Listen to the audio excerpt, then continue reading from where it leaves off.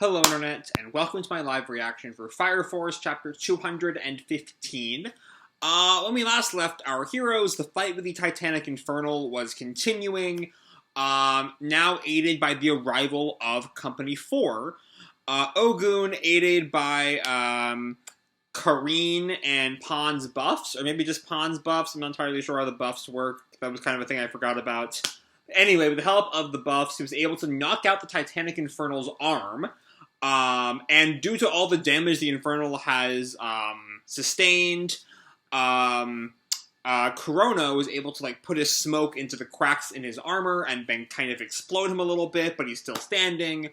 And then Ogun saw the floating Shinra and is now kind of in the vicinity of the show Faerie fight. So let's jump right on in with Chapter 215, Ignition.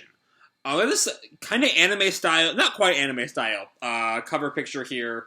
K-Bros on the fire with Shinra and Sho. TV anime Chapter 2, coming summer 2020. Of course, assuming the coronavirus is not good in the middle of that, we'll see.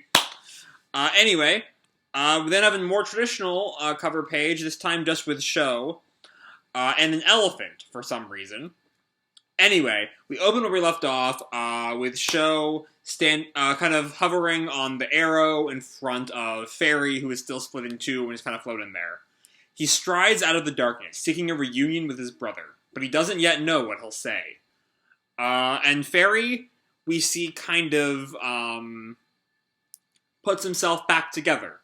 Also, on that little blurb there, again, the show redemption thing is still one of the weirder things the series has done, just so we don't forget that.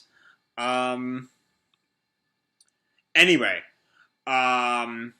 Sho asks, "Did you turn part of your body invisible?"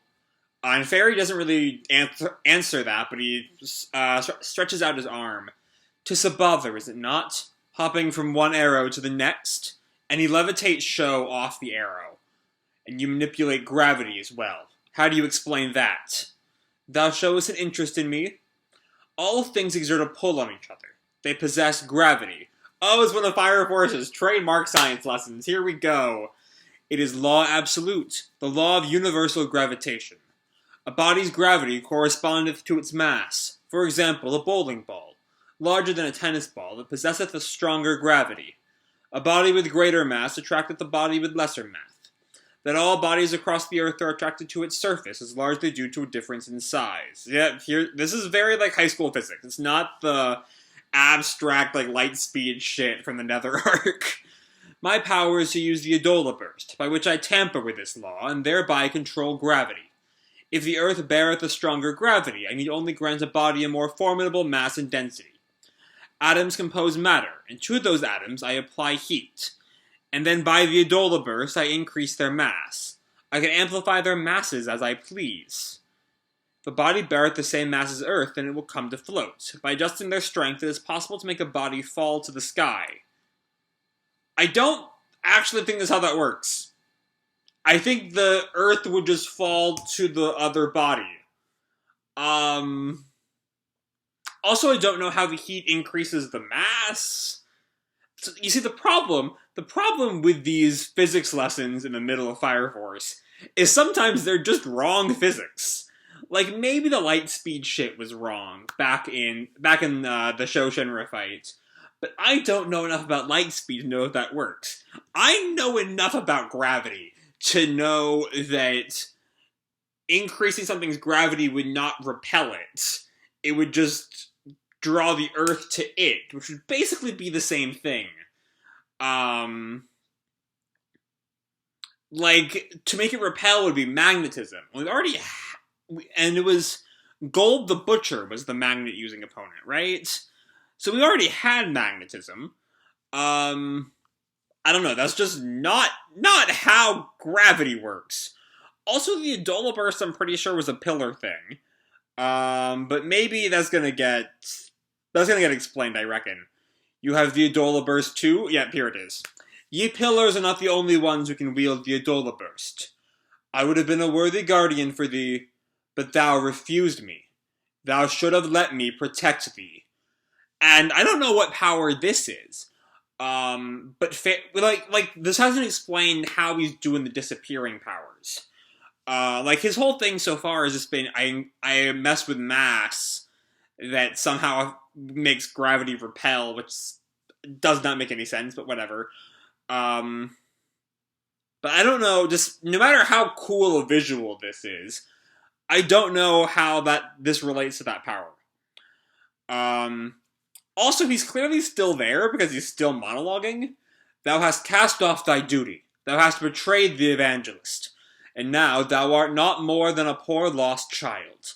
And thy guardian, a coward, hiding and shooting arrows from safety. Were I your guardian, none of this would have come to pass. And Sho starts to drop. Faerie releases hold off of him. Just as Arrow lets loose another arrow that Sho is able to bounce off of. Where are you? Faerie! Settle thyself and watch, for the curtain raiseth on the cataclysm. And Sho looks down, and he sees Shinra falling, and Ogun races for him. Shinra! And then Shinra kind of just vanishes. He disappeared. And he looks down, Sho got him. Okay, Sho picked him up, and brought him down to the dock. And Ogun sees that. That white-clad, brother.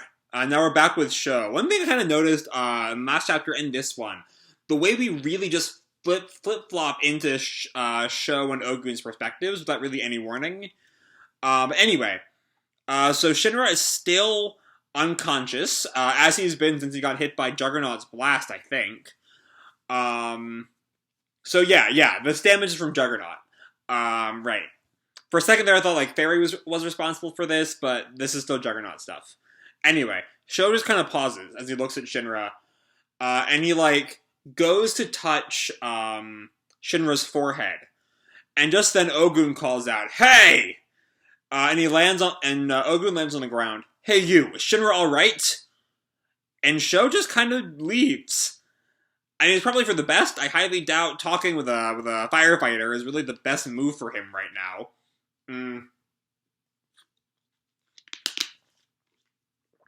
But still, Sho just kind of skedaddles.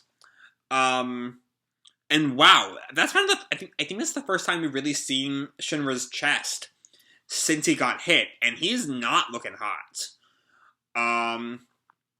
Anyway, Ogun looks around. He disappeared.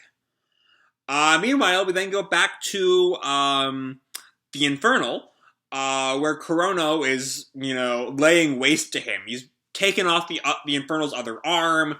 Flames are spewing out of these large cracks in the armor. And Kurono is just, floating high above him. Finally, you're weak enough that I can have some fun. And the Infernal goes to its flamethrower, and Kurono just, cuts it in two, it looks like. The slash of his gigantic scythe straight across the chest like this.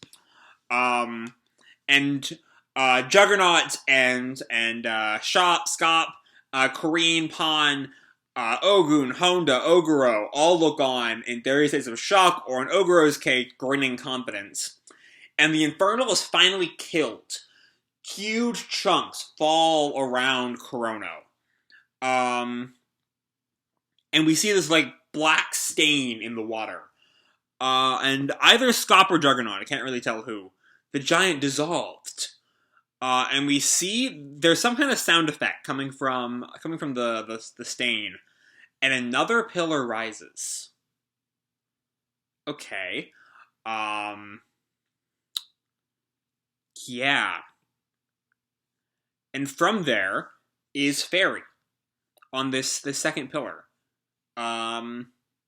This I think is another pillar. It looks like it rose from where the Infernal died. And Faerie is there. O flames of Adolla, may you set this world alight. And something's happening. Oh! It's the volcanic thing that Scop was talking about. The flames start to spew out of the pillar, and Shinra wakes up. Where? And he's in Adolla again. The Titanic Infernal has been put to rest, but a mysterious turn of events has happened. Shinra finds himself in a sudden Adolla link, but with who? And he sees who it is. You. And she smiles. It's that awful baggy pair of pants. That's Haumea. To be continued, chapter 216, Madness of the Ages. Okay, and we have some Season 2 character designs, which I'd already seen on Facebook. I think Anime Trending posted them. I'm not sure what's new about them exactly, besides seeing Tamaki in the nun's habit from the Fifth Pillar arc. And then that's the Kabuki play, ain't it? Which is it's just a stage play. Which is still weird, but not full-on Kabuki play. Anyway, this chapter's a lot of things going on here. I've already gone into a lot of detail about its batshit wrong history lesson. That's just not how gravity works. I'm 99% sure. If someone's a physics major, please correct me. But I don't think giving a smaller object more gravity repels it from the larger object. I think they just fall faster. I'm pretty sure. Anyway, there are still definitely some mysteries to Faerie's powers, like I've said, because his disappearing axe doesn't quite work with the powers that he describes. I suspect, though, this Faerie was an illusion all along, and the real Faerie has always been... Well, no, because I don't know if the pillar exists. The fact the pillar rises right from where the Infernal died either means that the Evangelist or the White Clouds in general predicted exactly where the Infernal would be when it was killed, which would be incredible, but I'm skeptical of that.